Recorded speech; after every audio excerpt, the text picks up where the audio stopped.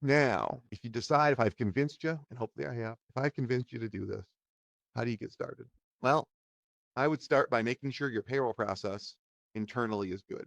Even if you're using an outside payroll service like us or anybody else, make sure that you can get the data over pretty quickly. You're going to see it's smaller batches, so it'll be easier than a regular payroll run because you only have half the loads to process. So you just kind of get yourself into that flow, which, by the way, some of you are going to like because getting payroll together can be, if you've got 30, 40 trucks or more, it could be a big job.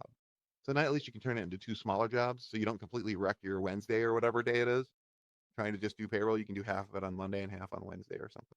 So make sure that that process is good for it. Secondly, talk to your driver. Just be like, hey, what would you think if we started paying you Tuesdays and Friday? Well, they'd be like, yeah, that'd be fantastic because, man, and you're going to hear stories about how you're bailing them out. They'd love it. And I'm telling you, you got to be a little different to keep those good drivers. This is your way of doing it.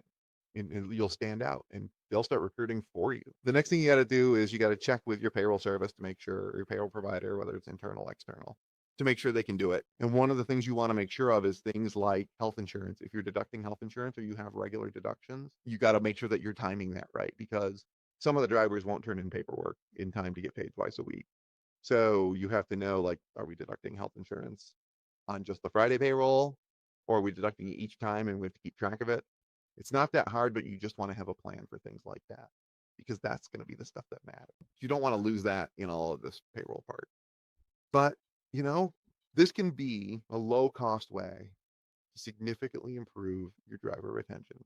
And this isn't about being nice. I do think it is nice, but this is not why you're doing it. You're doing it for you. You're doing it to keep your drivers. You're doing it to make your payroll batches smaller. You're doing it to stop doing advances. That's what the win is for you. So the drivers will feel like they got a raise when